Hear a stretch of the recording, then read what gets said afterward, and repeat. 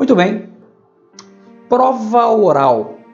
Bom, prova oral é uma prova que eu posso dizer para vocês que é uma prova de conhecimento, da mesma maneira que a objetiva e discursiva. Tem que ter previsão legal para ter prova oral? Não. Mas não é coerente exigir prova oral para qualquer cargo, na verdade. Geralmente, prova oral ela é exigida para cargos que exigem, de certa maneira, do candidato uma oratória, ele saber se expressar. Então é comum para a magistratura, Ministério Público, AGU, né?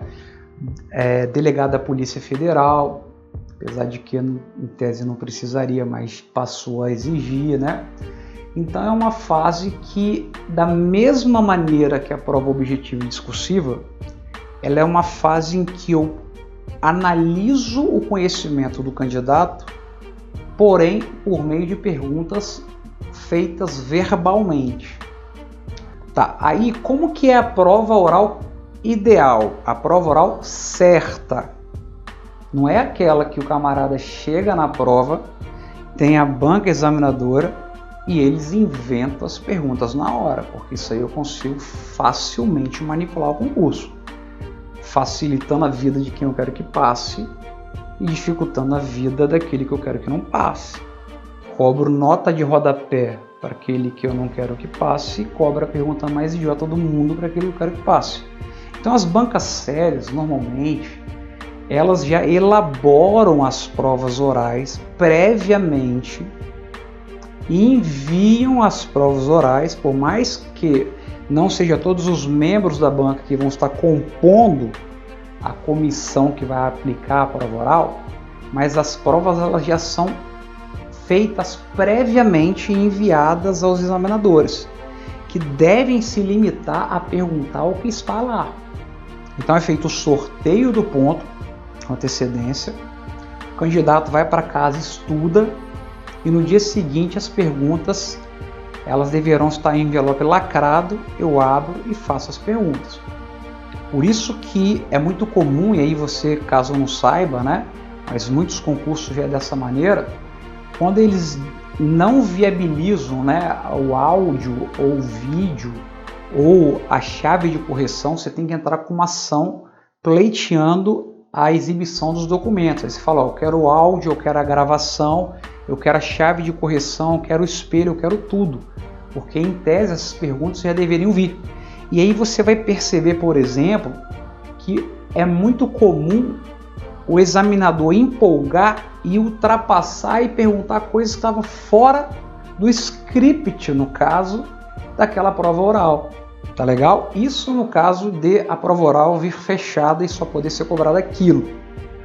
Mas também é comum, caso isso não aconteça, de ser sorteado um ponto X e o examinador ele se embolar e começar a perguntar coisas que não tem a ver com o ponto X. Aí ele foge da matéria, passa a cobrar conteúdo fora do programa da digital. Entra com a ação, pede anulação, tem vários precedentes dando nota máxima para candidato ou determinando que seja refeita a prova, entendeu? Então você tem que ficar esperto com isso. Uma coisa, muitos editais falam que o candidato tem direito a ter acesso ao áudio, não tem direito a acesso ao vídeo, não tem direito a recorrer. Isso não existe. Não existe fase que não caiba recurso. Sem exceção, todas as fases cabem. Se eles não querem dar voluntariamente, ajuiza uma demanda e pleiteia a prova, pleiteia a chave de correção, pleiteia o áudio, pleiteia o vídeo. E aí sim depois você entra com outra demanda para poder pedir a anulação da questão. Legal? Então duas coisas podem acontecer. Quando a prova vem fechada, eu estou limitado a ela. Quando eu não venho, eu tenho um pouco de liberdade, eu estou preso ao ponto. Se eu fugir do ponto, eu estou ferindo as regras do edital. Então, atenção a esse detalhe. Bacana? Mesma coisa em relação à prova discursiva, ou seja, quando eu termino, né, de avaliar o candidato, eu tenho que justificar os porquês, né, valendo 10, por exemplo, uma avaliação, por que eu dei 6 a ele, ou seja, a título de que eu subtraí 4 pontos dele, até porque como que ele vai recorrer? Porque se ele pegar o áudio e vídeo apenas, ali está dizendo que ele respondeu, e às vezes ele está convicto que ele respondeu corretamente, então ele vai só justificar a resposta dele. Então ele tem que ser, de certa maneira, informado o que ele deixou de falar relacionado à pergunta que ele foi feita. E na prática muitas vezes isso não acontece, ok? E aí você vai questionar isso daí. Bacana? Então é muito importante essa motivação para viabilizar a ampla defesa do contraditório, e não existe esse negócio de não liberar. Na prática eles não liberam mesmo, e você tem que entrar com a ação para poder pedir isso daí, para você poder brigar e continuar no certame. Até porque certames que têm prova oral geralmente são certames que são cargos cuja remuneração é bem grande, né? Bem alta, né? Magistratura, MP. Então não desiste não. Mete ação, porque tem vários precedentes nesse sentido aí. Legal? Questão fora do edital, questão mal formulada, ultrapassou o tempo, desvirtuou do ponto, fugiu da situação quando ela já vem lacrada, tudo isso aí é motivo de nulidade.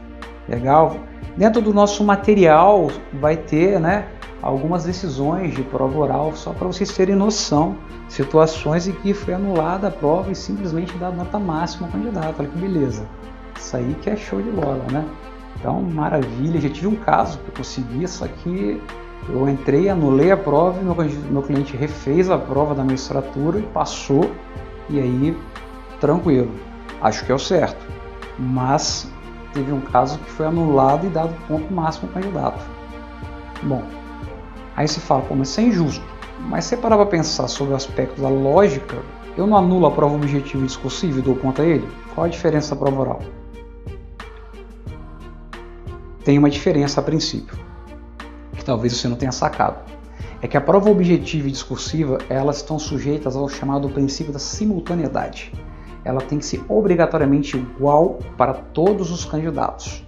De modo que, se você foi eliminado na prova objetiva e a prova discursiva está para acontecer, se você não reverter essa situação antes dela ser aplicada, meu amigo, já era, acabou para você ali. Porque não tem como ser feita uma prova discursiva só para você, vai quebrar a isonomia. Ela tem que ser idêntica para todo mundo, sem exceção.